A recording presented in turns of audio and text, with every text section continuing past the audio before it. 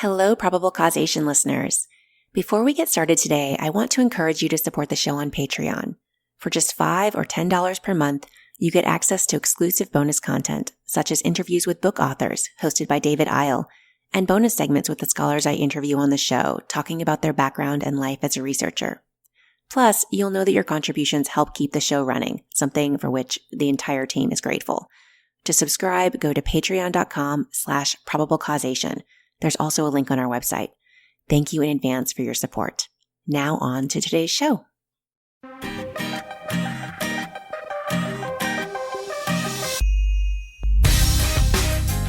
Hello and welcome to Probable Causation, a show about law, economics, and crime. I'm your host, Jennifer Doliak of Texas A&M University, where I'm an economics professor and the director of the Justice Tech Lab. My guest this week is JJ Prescott. JJ is an economist and law professor at the University of Michigan. JJ, welcome to the show. Thanks for having me. So we are going to talk today about your research on sex offender registration and notification laws. But first, could you tell us about your research expertise and how you became interested in this topic? Sure. So I have a PhD in economics from MIT and a law degree from Harvard. And I think when I was in law school, I thought I might be really interested in becoming a torts professor, which would be a professor who is interested in the causes and policy surrounding accidents. But I wound up clerking for Merrick Garland after law school. And while I was clerking, I spent a lot of time doing sentencing-related cases. And that wound up leading me to be very interested in criminal justice and criminal law. With respect to sex offender registries, it's a little bit of a story that goes back to an advisor, a mentor of mine, who in talking about things that people who are eventually going on the market ought to be thinking about, said, just do something that's exciting and, for want of a better phrase, sexy. And the thing about sex offender registries is, in the area of criminal law and criminal justice, there isn't a lot that's new under the sun. I mean, we have kind of restricted ourselves from using certain kinds of punishments, and we've been using mostly the same types of punishments for a long time. We've mostly restricted behavior in the same kind of ways, but sex offender notification and registration are actually pretty innovative and new, and they don't have a very long history. I mean, there is an earlier generation of them that happened in the 30s, and you can make analogies, but really they started in the late 80s and early 90s, and the idea behind them was, let's leverage information. Let's try to use information, either information going to law enforcement or information going to the public, as a way to control behavior. And that was, first of all, really innovative in the context of criminal law and just really interesting to me. So we'll focus for the first part of the show on a paper you wrote with Jonah Rokoff titled, "Do Sex Offender Registries and Notification Laws Affect Criminal Behavior?" This paper was published in the Journal of Law and Economics way back in 2011, but you followed this topic closely since then, so we'll talk about how this literature has developed a little later on. But why don't you kick things off for us by telling us a little bit more about what sex offender registries are, what do these policies look like, and why do they exist? Sure. So, I mean, I got a little bit ahead of the game in my answer to your last question about information. But essentially what registration and notification laws are designed to do is, I think, first and foremost, they're targeting recidivism.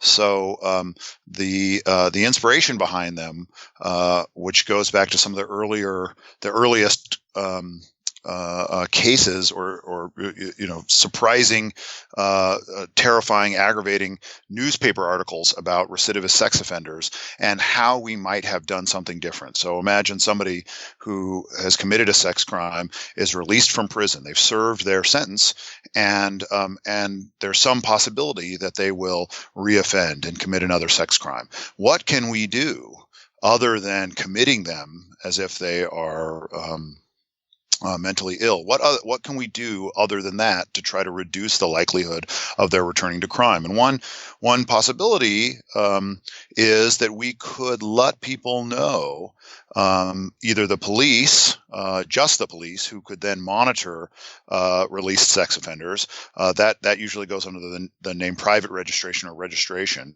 And the thinking here is that if you're a sex offender and the police know where you are, they can first monitor you, and second, if there is a crime that happens near where you are or seems consistent with your behavior in the past, the police will have a leg up in potentially identifying the likely offender. So that's registration. And a second strategy, which is sometimes called public registration or goes under the moniker community notification, involves making the identity and criminal history of a convicted sex offender public.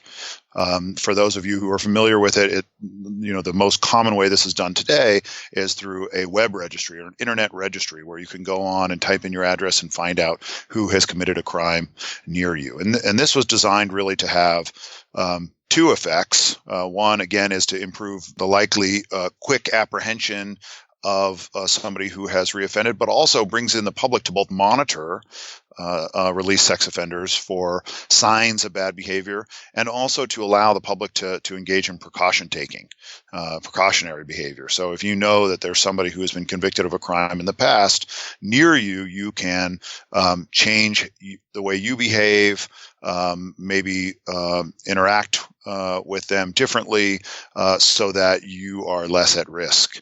And that's pretty much what registration and notification are designed to do.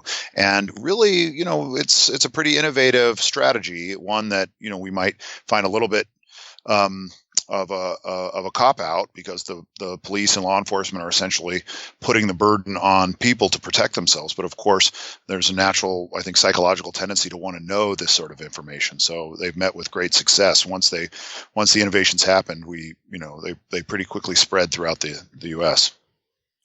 I'm realizing we should probably also clarify what a sex offense is in this context. Is this just really serious offenses like rape, or do these registries tend to include more minor offenders too? Great. So there is some variation across law, especially in the beginning. They mostly focused on very serious crimes, but over time, what counts as a sex offense has expanded. So usually a sex offense would include both activity that is sexual in nature. So it might include, for example, a child pornography crime, which isn't maybe like a rape, but both seem to be related to sex, or it can involve body parts. So, for example, even indecent exposure or urinating in public, these are often also considered sex offenses for purposes of winding up causing you to be included on one of these registries. So there are a few other crimes that are maybe less sexual in nature that wind up being included here. For example, like kidnapping, the kidnapping of a child. Kidnapping of a child in some places puts you on the sex offender registry, even if the kidnapping didn't result in any kind of sexual activity whatsoever. So there are a few kind of transitional crimes that can generate inclusion, but most of them fall into those two categories. And how high are recidivism rates for convicted sex offenders? Is this a major policy problem? Well, I think probably recidivism in general is a major problem. I think we've spent a lot of time policy-wise trying to figure out how, once somebody has committed a crime, how we can reintegrate them into society, make them a contributing member of society. So in general, it's a problem. With respect to sex offenders, it's tough to know. So there is a belief out there, a mistaken belief, that sex offenders, once they commit a crime, they're sort of revealed as if they are impulsive and incorrigible and will continue to offend. In fact, sex offenders recidivate at considerably lower rates than most other crimes. So somebody who's convicted property offender, so somebody who's committed theft or something like that, is much more likely to recidivate than somebody who has committed a sex crime. And there is actually a fair amount, because there have been these laws targeting sex offenders in particular, we've had a Supreme Court, for example, that has described recidivism rates among sex offenders as frightening and high, citing to something that suggested as rates as high as 70 or 80%. That claim has now been debunked. Rates are actually much lower, somewhere between 5 and considerably, 20 or 30%, depending on the way you count recidivism, how many years you measure recidivism over. It's not trivial, though. The recidivism rate is not trivial, and it's, in my view, there have been a lot of people who've talked about whether or not we ought to try to innovate in this area to do something to reduce recidivism. I think the answer is yes, so long as we actually think that what we're doing is improving on matters. And, as I'll describe, some of the work that's come out, a lot of the work that's come out has suggested that using SORN policies, sex offender registration and notification policies, doesn't really help. So, but we'll get to that down the road, I assume. Yeah. So people who haven't thought much about these policies might think that any effects they could have would be very straightforward. They help us catch repeat sex offenders, right? But as you detail in this paper we're going to talk about and elsewhere, there are actually a variety of ways these laws could potentially affect behavior, and not just the behavior of registered sex offenders, but behavior of the police and potential victims and potential first-time offenders as well. So talk us through all of the potential mechanisms we should have in mind for how sex offender registries might affect crime. Yeah, so this is complicated because there are a bunch of different ways to cut this, but let me start just with something simple and straightforward: private registration, where essentially people are required under these laws to provide identifying information and their address information and maybe where they work and how to contact them to the police. So how would we expect this to affect the various players? Well, first of all, at least in theory, once a law is passed and you realize, hey, if I am convicted of a sex offense, I'll have to provide a lot of information to the police, and I'll have to do so regularly. That might cause you to rethink whether or not you want to commit a sex crime. This would be a form of deterrence. And so that's one possible mechanism, is that we'd have potential first-time offenders deciding not to actually offend when they otherwise might. With respect to people who've already been convicted of sex crimes, and a lot of these laws were retroactive, so they wound up applying to people who had been convicted in the past. Now, essentially, you're required under the law to provide your information, so you start doing that, and you realize, again, the police might be able to monitor you, and so you may decide, again, not to commit another sex offense. I refer to this usually as recidivism reduction, or people who would otherwise have recidivated might not now. That's, I think, some of the sort of the two obvious ways that this might matter. What we'll find, though, is when we think about recidivism reduction, that these laws, if you've already been convicted of a crime, wind up burdening you quite significantly. Less so with private registration, to be sure, but even with private registration, you regularly have to deliver information to law enforcement. Sometimes you might need permission on whether you can travel or how and when you're able to move. These also interact with residency restrictions and so on. Now let's move to community notification, where you provide this information to the public. Again, for first-time potential offenders, there's a much, I think, this is not really based on data, but at least in thinking about hypothesizing an effect, the prospect of being labeled publicly a sex offender, it seems quite salient. People are aware of these lists, and so we again might expect there to be quite a large deterrent effect for people who are not yet on the registry. They might decide, for whatever reason, to engage in a different crime, or maybe a worse outcome here would be to engage in a crime that was harder to detect because of the possibility of winding up on a public list. For those who are already on the list, however, we now have a couple of different effects moving in opposite directions, at least theoretically. So we have police and victims who are aware of who these people are, at least in theory, or at least some subset of them, and so the prospect of committing a crime successfully, meaning like completing the crime and not being arrested or convicted for it, goes way down.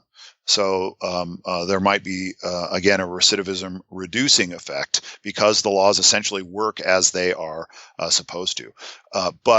But there's another effect, and this is a really important one, and one that policymakers almost always forget, which is, for people who have been convicted of a crime before and go on these lists, they may be somebody who's never likely to recidivate in the first place under the previous regime, but now they are essentially a pariah. They are publicly listed, makes it difficult for them to find housing, makes it very difficult for them to find a job, makes it difficult for them to form new relationships, and it turns out that we know from other reentry work that all of these things are real significant risk factors for returning to crime.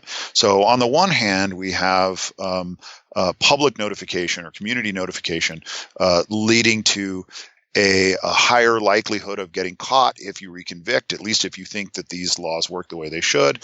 On the other hand, everybody who is listed on the registry now finds it much harder to reintegrate into society, and so that would suggest the possibility that these laws could actually be counterproductive, at least for people who are listed on the registries. They might wind up becoming more likely to commit sex crimes than they would have in a world where there was just private registration or nothing at all.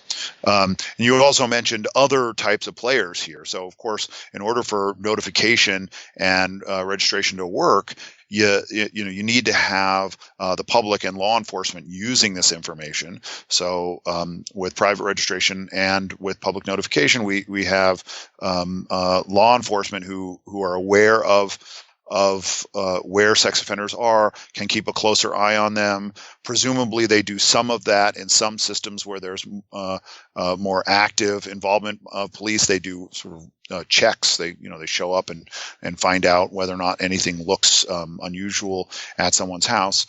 When it comes to notification and involving the community, letting them know, there are a couple of assumptions that go into the claim that these things make a difference.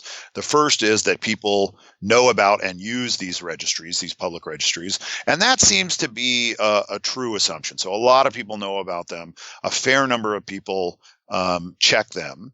I remember when I first started working on this, I had some undergrads who were collecting some information for me, and more than one of them said that in high school they were directed to look up on the registry whether there were any sex offenders nearby. So that part of this, the claim is not a hard one. One area where I haven't done research but other people have is to find out how people respond to knowing that there's a sex offender nearby, and it turns out that the evidence here suggests that people don't do very much with it. So they often talk about people who are on registries, but when you ask them what they do to lower their risk, there isn't a lot of evidence that they do anything too helpful, and there is some evidence that they use this information to harass or to force people out of neighborhoods and so on. All of which goes back to my earlier comments about potentially increasing recidivism rates through notification.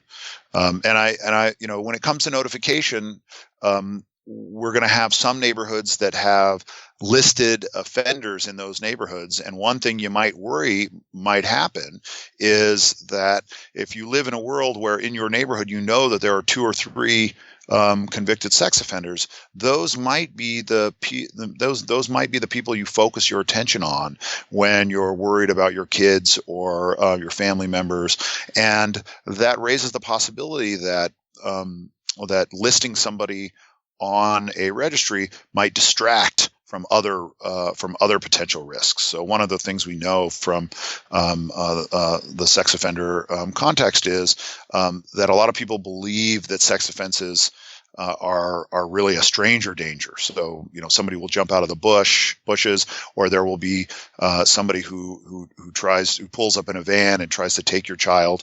Well, those things, they do happen, but it's much likelier that a friend or neighbor or uncle or coach or something of that sort will be the source of the real threat to your family. And one concern is that by giving people a list of potential recidivists that live in their neighborhood, it distracts them from generally being wary of other people, presumably people who have never been convicted of a crime and therefore don't appear on the registry. Did that cover most of it? That does it. Yeah, that was great. So there's a lot that you might want to measure here. So let's talk about the empirical challenges to studying what the effects of the policies are in the real world. So as you and Jonah started thinking about this, what were the primary hurdles you had to overcome as you were thinking about how you would measure what impacts sex offender registries had on criminal behavior from these various actors you just talked about? Yeah, sure. So, in criminal justice work that is done by economists, a lot of time it's very sort of reduced form. I mean, there's lots of actions I've described, many of which we can't measure. But we started from the premise that the first thing we need to do is really come up with a way to identify features of these laws, and then come up with a way to measure those laws both in time and strength. And one of the pretty standard ways of thinking about understanding the effects of law generally, policy generally, but especially criminal justice, is to take advantage of the fact that states enact laws that are in the same category but look different from each other, and cover different populations, and are put into place at different times. And so from our perspective, there was, beginning in roughly the late 80s, a movement across the country, starting with a few leading states, but then essentially an avalanche over time of these laws being passed. They were mostly similar in design. They also progressed through a similar sort of phase. So they began with private registration and moved on to public registration. And so the first task was to get a handle on the differences over time and across states in terms of how these laws were both enacted and then put into effect. And that's a big difference. It's something that was important to us, because these laws were often enacted at time A, but didn't really go into effect until sometime later. And if you just spent time looking at statute books, you might be mistaken in terms of when you thought these laws really ought to start changing behavior. Okay, so that's one side. That's like, let's figure out what we're measuring on the law side. And then the question is, like, what are the outcomes that matter? And here we used federal data, the NIBRS data, National Incident-Based Reporting Program system data, and this is the data that winds up feeding up and creating the Uniform Crime Reports data that comes out from the FBI. And we did that for a reason. So there's been some other work, including my collaborator Amanda Agan, that has looked at the effects of sex offender registries and community notification using the UCR data. But one of the nice things about the NIBRS data, even though it didn't cover as many states and didn't start as early as we would have liked, is that it actually included some information on the relationship between the offender and the victim.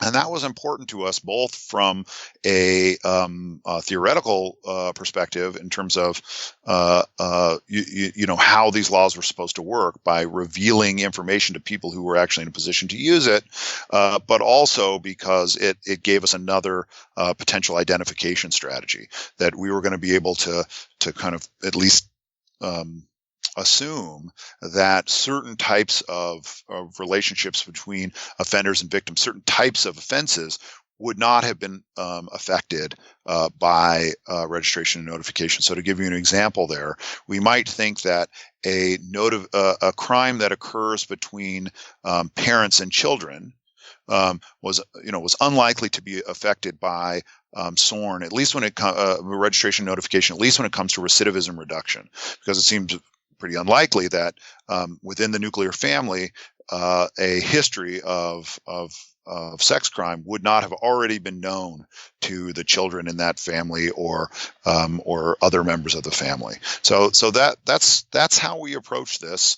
So two big categories. One are the outcome measures, which we used incidents of reported crime. You can move on from there and look at other measures of crime depending on where they are in the process. So an incident of crime that is reported may actually be nothing. So maybe we should only look at an incident that leads to an arrest, or an arrest that leads to a prosecution, or a prosecution that leads to a conviction. We focused first and foremost on reported incidents, in part because we wanted the broadest possible measure, and there are lots of reasons why crimes don't progress to future stages that have very little to do with whether or not the crime actually occurred. And then we use some of those other measures to check our inferences about that. So before this study, what had we known about the effects of sex offender registries? What other research had existed? Great. So primarily, there had been some studies that had looked at small groups of offenders and looked to see whether or not, if they were released before registration notification laws were put in place, did they let's come up with a baseline. What was the likelihood that they would recidivate, and did that change, or did that rate change for individuals released after SORN laws went into effect? These were almost entirely studies that focused on a single state. So, to give you a classic example, we might take one of the early adopters of this kind of information, Minnesota or Washington State or New Jersey, and we'd say, hey, let's take a set of sex offenders who were released, let's say 5 years before SORN happened, and see how likely they were to recidivate, and then let's take a set of offenders who were released after SORN went into effect, and see how likely they were to recidivate. Either, unfortunately, if you have a set of identified offenders, you have to look at least to people who had been arrested. Otherwise, you wouldn't know whether or not it was an offense that came from a potential recidivist. And so there are some problems with this. For instance, there are a lot of other things that could be going on in a particular state. There could be other criminal justice policies. And on top of that, you are only looking at the effects on one dimension. So I mentioned before that these laws were designed to reduce recidivism, but they might have important, potentially offsetting effects on first-time offenders, and including first-time offenders who take advantage of the fact that there's public notification to fly under the radar, for example, and most of these studies did not look at sort of overall levels of offenses going on in a state. And presumably, the goal of SORN was not just to or at least we would care whether or not total numbers of offenses seem to be going down, not just the effects of the crime on of this kind of law on recidivism. So earlier studies mostly looked like that within a single state, looking just at recidivist crime, and almost all of them showed no effect. No effect, in part, and usually the estimates were very close to zero, sometimes even positive, but there wasn't even a typical sign associated with SORN laws. There was a study that came out just before ours that showed, in the context of a very narrow, targeted public registry scenario where really the worst of the worst were put onto a public registry, some indication of reduced recidivism, but by and large, there was a message that came out that these things just don't make a difference, even to recidivism. Leaving aside all their other potential effects, they don't seem to work the way they were designed, or people have assumed that they were going to work.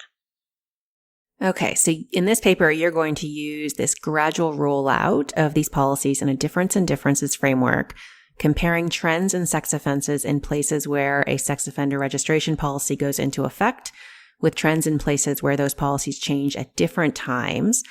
And so if we think of sex offender registries as a shock to the probability that repeat offenders will get caught or to victims' ability to protect themselves, then we should see crime rates change at the same time that the policy changes. But what you're doing is actually a little bit more complicated than that, standard diff and diff, because you're also interested in differentiating between the effects of private registration laws and notification laws, as well as whether changes are due to changes in recidivism or first-time offending. So tell us a little bit more about your empirical strategy and what exactly you're testing for. Sure. So, you got it right there. So one of the first things we did was recognize, and I should have made this clear in my earlier answer, the existing work at the time Jonah and I started working on this really conflated registration and notification. They were treated the same. But as I tried to argue before, they're really quite different. One is really focused on letting the police know where you are so that they can keep an eye on you and potentially apprehend you if a crime happens nearby. But other than the police knowing, the public would not know. Unless they did some sort of background check. So you wouldn't necessarily have trouble getting a job or finding housing or reintegrating into society. Whereas notification really works by putting the public on notice and making sure that you're keeping your nose clean, and that has, as I mentioned, the possibility of it has the potential consequence of making reentry much more difficult. So we took into account that most states progressed from private registration to public registration, and sometimes separated by only a few months, but in other places separated by many years. And so we took advantage of that. And we also were interested, as you mentioned, in the deterrent effect on potential first-time offenders and the recidivism reducing effect on people who had been convicted of the crime, convicted of a sex crime in the past. And the way we tried to tease that out was taking advantage of the retroactivity of these laws and the size of the registry. So let me give you an example of how that would work. So some states, mostly we argue essentially randomly, based on previous views of what their constitution required or what was an appropriate way to proceed with designing these laws. And I can talk a little bit about the law later if you're interested. But some states made these public registries apply and private registration apply prospectively. In other words, only people who were released starting the day after the effective date would go on the registry. If you had been convicted and released prior to the effective date of the law, you would not go on the public registry. So that means on the first day, we had a registry that was effectively size 0. And so if you're thinking about the difference of deterring first-time offenders who don't want to wind up on the registry versus this strategy that tells us that people who are on the public registry the registry will alert their neighbors and acquaintances and potential victims to watch out for them. We know that theory of behavior change isn't operating in those states at that time. And essentially over time, the registry grows. And so the identifying assumption we make is on day one in a state that has a very, very small registry or no registry at all, any behavioral change is the result of deterring potential offenders who are not yet on the registry and do not want to wind up on the registry, and that effect begins to shrink relative to the recidivism reducing effect as the registry grows. And so we assume the deterrence effect is fixed over time. And so if the effect changes over time, we argue that change over time is the result of the registry growing over time and giving us a chance to explore the recidivism reducing possibility of these laws. Okay, so let's talk about the results. What do you find is the effect of private registration laws on sex offending? Great. So remember, there are two dimensions we're interested in. One is deterrence of first-time offenders, or at least of offenders who even if they've been convicted of a crime before, were not going to be not eligible for this, and so they might want to not commit another crime so they don't wind up on the registry. For private registration, we find no real deterrence effect whatsoever, and that's not that surprising. I mean, in part because it is an administrative burden, but doesn't come with the pariah status, or registration doesn't bring the pariah status that comes later with public notification. However, we do find that recidivism is reduced among people who are on private registries. I should be clear that we don't actually have in our data any connection between people who were on the registry and whether or not they committed crimes. What instead we find is that the amount of sex crime goes down as the registry size goes up, and we attribute this to recidivism reduction. So that's private registration. So it doesn't really deter anybody, but the monitoring that law enforcement can engage in seems to have a positive effect, meaning that there are fewer sex crimes as the registry expands. With public notification, we almost find the opposite. So first of all, again, not surprising, I don't think, after you think about it a little bit, that we find significant deterrence effects. So people who are not on a public registry don't want to be on the public registry and are either committing fewer sex crimes or are committing different kinds of crimes that are less likely to be reported. In any event, we see reported sex offenses going down. But when it comes to recidivism reduction, we actually see either no effect or actually a subtle increase in sex offenses. So to be clear, the larger and more expansive the registry is, the higher is the level of crime. Okay, and we explore in the paper various possibilities for this, but from our perspective, we think the most likely story is that essentially for people who are potential recidivists, the environment in which they can reintegrate into society has become much more hostile. And so again, I described before that there's a basic trade-off. Like maybe these laws work to cause victims to be more cautious, allow the public to monitor more effectively, and so on. There's maybe some effect there. On the other hand, we are dramatically increasing the risk factors for recidivism among those who are on the public registry, and our evidence suggests that the latter effect outweighs the former. In other words, people become less likely to stay on the straight and narrow and become more likely to commit crimes as a result of public notification.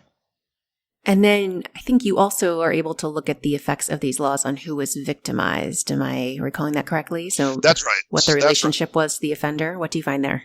Yeah. So again, at least if you believe that notification is supposed to work the way, proponents argued it was, we wouldn't expect it to make much of a difference with respect to family members because they should already know things, and strangers, right? People that you don't know and come from other neighborhoods and that sort of thing. This kind of information wouldn't be very helpful to you either because they're too far afield.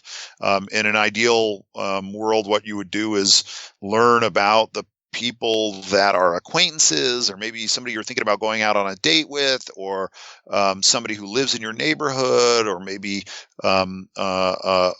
is not quite a friend, but is somebody that you're sort of in that middle range, not a complete stranger that you've never seen before, but somebody who is in your environment. And with respect to public notification, the deterrence effect shouldn't differ by these relationships, because if you get convicted of any crime, it doesn't matter whether it's against a stranger or not, you're going to wind up on the registry. So, and that's what we find. The deterrent effect is the same in terms of the reduced incidence of offenses,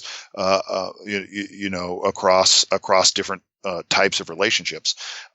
With recidivism reduction, we also find that it does not vary across relationships. And remember, we actually find that recidivism increases, and this suggests, in our view, and this is what we argue in the paper, is that if what is really making a difference here, and what really matters, is not that acquaintances and neighbors learn about somebody's status and are able to protect themselves, but instead that offenders' lives now are just much worse. They have housing difficulties and employment difficulties, and isolation and loneliness and other psychological problems. We have no good reason to think that would have the effect of increasing their likelihood of recidivating against any particular group.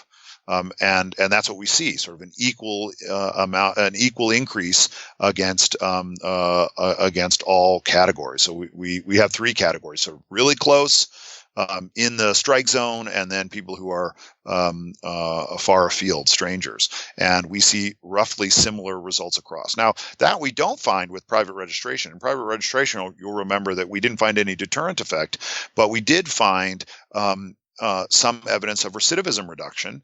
And we argued there that this is actually a situation in which there shouldn't be too many issues related to recidivism enhancing risk factors, because the burdens were much lower and the stuff was supposedly kept confidential. And yet you're going to have police who are better informed and can keep an eye on people, at least in their neighborhoods, when they are aware police know of them. And that's actually what we find. We find that there is a reduction in crimes with private registration, where the incidence of crime goes down as the registry increases in size for close members, and this could include members of the family. And remember that the police would also be more likely to investigate those sorts of crimes, right? And also acquaintances and neighbors.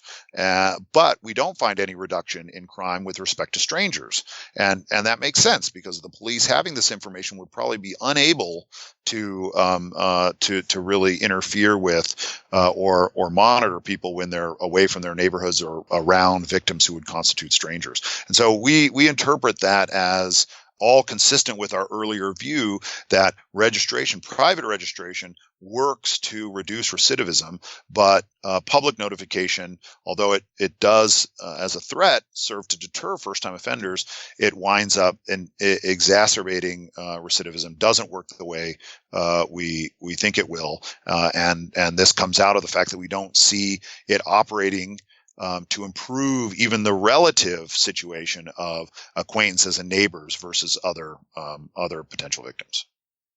And just to clarify what all this means for kind of current policy. So am I correct that basically every state now has a notification law? These private registration laws don't really exist anymore, or are they in place? Okay. That's right. So now we don't have anything like that. It matters outside of the U.S. because all of the social science here has really consistently indicated that this doesn't really work to reduce recidivism. Other countries have not. I mean, there may be one or two now that has gone the way the U.S. has, but last time I looked, Canada and Australia and a number of other countries have private registration systems, but not public registration systems.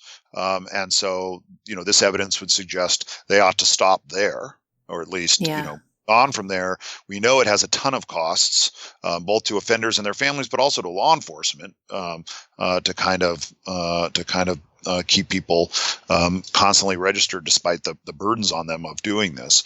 So it would suggest stopping there. And for the U.S., where we might be thinking about this, you can imagine a world in which you have two registries going on, and there are certainly states in the U.S. that do this, where you have a broad registry. Anybody who's convicted of a sex crime, tier 1, tier 2, tier 3, in terms of, it's kind of a common categorization of people posing a particular risk. Everybody is on the list that law enforcement knows about, but only a subset of those are put on the public registry.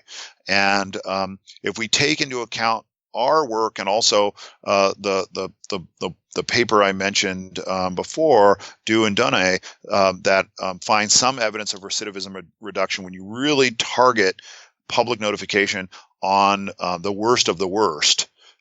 So, they, in their situation, it's only sort of 10% of the highest risk offenders, so it's a pretty narrow sliver. It suggests a more targeted approach to public notification. So don't apply this willy-nilly to everybody. Instead, there are likely to be some very high-risk individuals who we think are highly likely to either impulsively commit new crimes, or whatever the drivers of their behavior are more predictable. Reforming public registration systems, notification systems, to kind of focus on that group might be the way to go. I think there are a lot of people in this field who think that even that, although it makes sense kind of in the abstract, it's not the best approach, that focusing on recidivism risk factors is the way to go. So instead of doing the opposite of what we do in so many other contexts, where we work on trying to help people reenter society and reintegrate, we ought to be doing a lot more of that in the sex offender context, helping people find stable housing, helping them find employment, helping them succeed in treatment. That sort of thing is likely to be, I think, almost all experts would agree, much more effective at reducing recidivism than trying to deputize the public to watch people, because whenever you deputize the public to watch people, they inevitably decide not to hire them, decide not to rent houses to them, decide not to form relationships with them, and that has real costs to society. Yeah, it is interesting that there's this broader movement in the U.S. right now to think about people with criminal records as human beings, right, who deserve our attention and deserve investment. And it does seem like sex offenders have been left out of that movement to a large extent. But as you say, it's a very similar problem. So I do want to make sure we talk about other work that has happened in this space. I know you've continued to work on this topic. You're co-authoring a book chapter with Amanda Egan that summarizes the literature. So let's talk about what else we've learned since you wrote the study you just talked about. As you do in your chapter, I'm going to divide the literature into 4 broad categories. So we have the effects of sex offender registries on the recidivism of convicted sex offenders. Second, the effects of these policies on non-registered individuals' criminal behavior.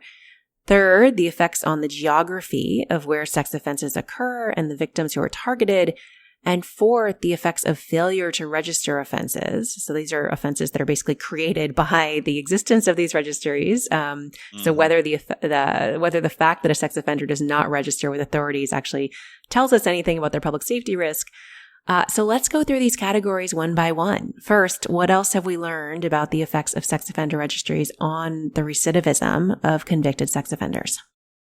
I would say, the work continues in much the same way that the work before ours continues. So there's a couple of nice papers that focus on using criminal history records. So Kelly Sosha and some co-authors have, and there have been some other papers like this that have, again, just looking at a single state, have been able to get criminal history information so they can study actually, okay, here is somebody who has been convicted of a sex offense, and let's look sort of pre and post the application of SORN to them, and see how that changes the distribution and consequences of sex offenses. And one of the big things that we learned from this, which I don't think, it came out. This paper came out roughly contemporaneously with my work with Jonah Rockoff, is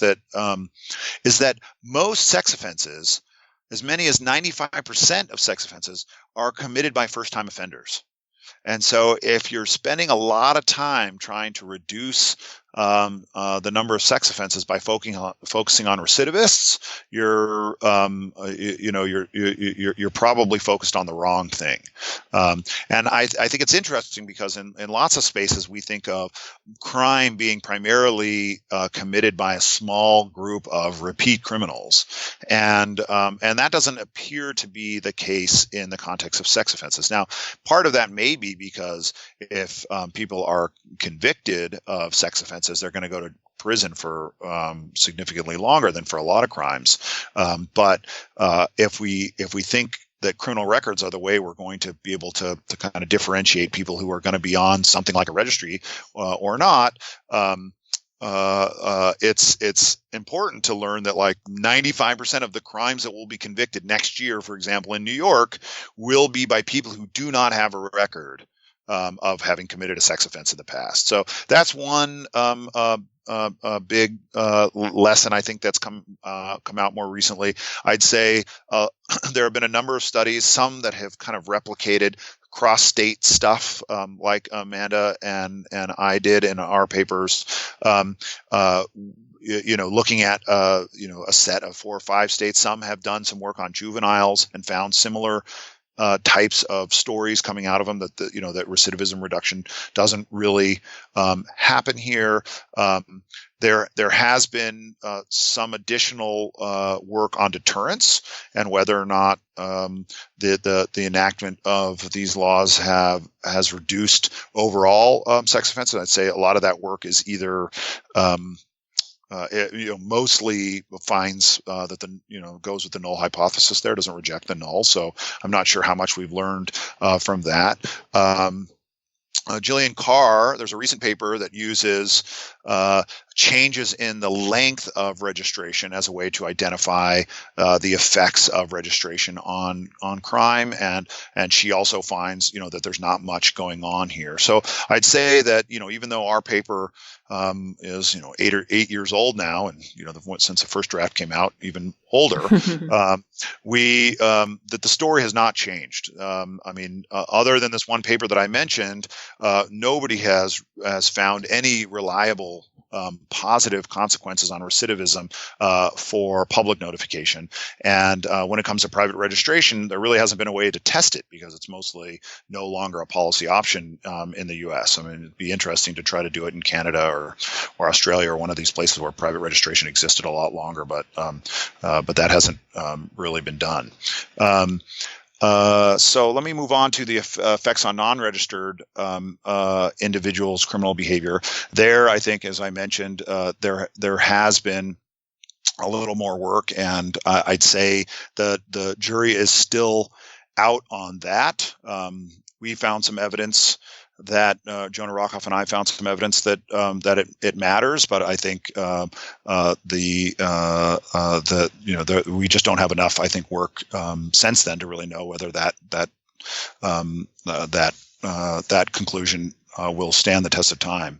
And when it comes to geography of where sex offenses occur and the types of victims who are targeted, there has been some more work. Amanda Agan and I we wrote a paper in 2014 where we actually had precise addresses over time of registered offenders in Maryland, and we laid that residential information over a geographic distribution of where sex crimes were happening. And part of this was just a descriptive question. We wanted to know whether or not this assumption that underlies a lot of this work, that listen, if you're living near a sex offender, you're at a higher risk of being victimized. We wanted to know whether that was true, and part of the reason we wanted to know that is because there was some pre-existing work on how sex offenders commit their crimes, and it turns out that, like many criminals, they don't commit their crimes right where they live, because committing crimes right where you live tends to not be a great strategy in terms of avoiding detection and so on.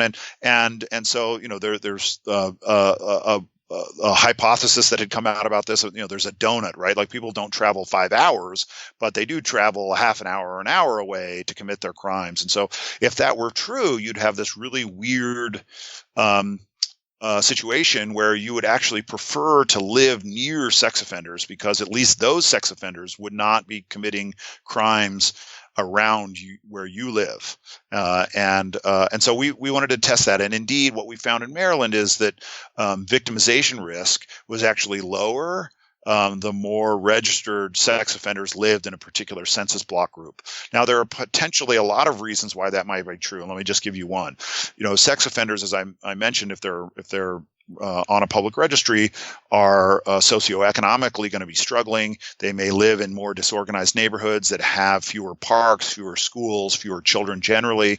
And so maybe the reason why they don't offend there is there are many fewer victims there. And so actually, on a per victim basis, maybe even this lower offense rate is actually a sign that if you're in that category, there's higher risk. And so in the paper, we spent a lot of time checking those kinds of theories, and we really don't find any evidence to suggest that explains our findings.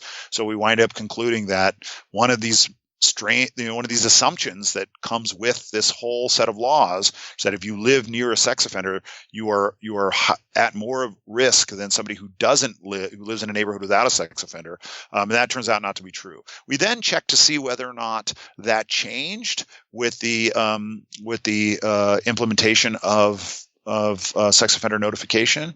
And what we find is that, if anything, the reported number of sex offense incidents in neighborhoods with a sex offender went up following a movement to public registration. So once people found out that there was a sex offender living in their neighborhood, the number of reported crimes went up. Now, there are a couple of potential explanations here. One is that, now things that maybe they didn't have any idea who the offender was. Maybe now it made sense to actually report a crime. So reporting could have changed as a result of notification. I mean, even the existence of notification could have caused people to think that the government would be better able to help them if they reported crimes, and maybe that effect was stronger in neighborhoods with sex offenders. Who knows? But at least it seems that the reported number of incidents went up in neighborhoods with a sex offender. However, and that's, by the way, I should add that that's consistent with public registration increasing recidivism, right? On the other hand, it doesn't go up so much that those neighborhoods are actually riskier than neighborhoods without sex offenders. So it closes the difference a little bit, but neighborhoods with sex offenders are still relatively safer than neighborhoods without sex offenders. And that difference, by the way, the increase or decrease in the number of offenses varies a lot by the nature of the offense. So that's another thing. And you mentioned types of victims. There's also variation across types of crimes, and we found that for example, the reported number of child molestations, it's not very precise. The estimate seems to have gone down a little bit in neighborhoods after notification, neighborhoods with sex offenders. So there's a lot of variation. I think there's still a lot of work to be done here to really understand that. And I think that's one of the main messages of this research, is that sex offenders include a lot of people, a lot of different types of offenders, and there are a lot of different types of victims. And so believing that these laws just have a single kind of average effect may be useful for deciding whether to have it or not, but we really have to get into the heterogeneous effects across different groups and different crimes to know whether or not there are some types of offenders and types of victims for whom SORN laws might actually be really good or especially bad. And then you also asked me, I guess, about failure to register offenses, and there I'd say, we really don't know that much here. So some people thought that failure to register may help us accurately predict recidivism, like sex offense recidivism. And the results seem to be pretty mixed on this score. So there is some evidence that people who fail to register are more likely to commit crimes generally, but not any more likely to commit sex offenses. So they're just generally less organized and more likely to get into trouble generally. And one indicator of that is their failure to register, but it's not an indication, for example, that somebody's likely to recidivate specifically with respect to sex crime. So anyways, I think hopefully that covered most of what you were interested in. Yeah, that was great.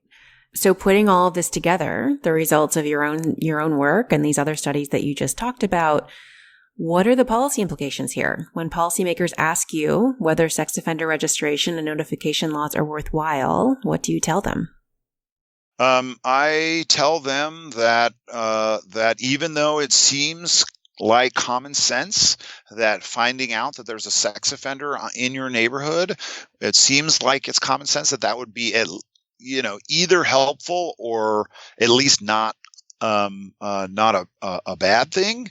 That common sense inference is actually not only wrong as a matter of logic, but also likely to lead them in the wrong direction. So, these policies are essentially anti-reentry policies. And unless you believe that the information we're providing people makes them so much better able to avoid being victimized, that it compensates for the recidivism enhancing risk factors, that these things actually, again, counterintuitively make the world less safe. Now, I mean, there are people who've thought a little bit about this. Why given that it seems common sense, but now that we've seen the social science on it, why don't we take the idea of moving away from public registries more seriously? And I think there are psychological explanations for wanting to know things, even when we can't affect them, or even if we knew that they might actually make us less safe. We still have just a strong desire to not be ignorant about potential risks. And so there's, I think, a really strong demand. But you'll hear people saying, policymakers, the first and foremost, what they need to do is move away from those who say, listen, if registration and notification can save the life of one child or can save one child from being victimized, I don't care about the burden it places on offenders. And I think what this work shows us is actually, your starting assumption that at a minimum, these laws might save one child is wrong. Actually, they may put many more children at risk. And so I think policymakers need to go back to the drawing board and spend time thinking about how to combine these laws either with reentry oriented policies that can kind of counteract the negative consequences of publicity, or they need to think about restricting public registries to the set of people where we think the empirical trade-off really makes sense, i.e. they are so likely to recidivate regardless of their situation that giving people information is likely to be a good trade-off. And so what is the research frontier here? What are the big open questions in this space that you and others will be thinking about in the years ahead? Oh, that's a great question. So, I mean, I would love to know more about private registration and how effective it is. Like I say, it's a little bit hard to do research on that now that we're living in a world of just public registration. So I'd say, people who are interested in this possibility, would probably do well to look at other countries and see where progress can be made there. I'd say, there's lots of design details here. For example, what coverage in terms of types of offenses should we be focused on? If you really think that sex offenses of a certain type are committed by acquaintances or neighbors, maybe that's where we ought to be targeting registries. And if there is somebody who has been a rapist who has gone out and violently raped people who are strangers in other states, that's their MO, then this is a person for whom putting them on the registry is it's not going to make a difference. It's not going to be a solution to the style of offending that this person has adopted. And I think as soon as states start moving in that direction, and the world will, these things will become either they'll become better in the sense that they will produce, I think, fewer negative consequences. And the more that we can get into the nitty-gritty on heterogeneous effects of these laws, the better. So I'd say that's mostly where the frontier is. My guest today has been JJ Prescott from the University of Michigan. JJ, thanks so much for doing this. My pleasure. Thanks so much for having me.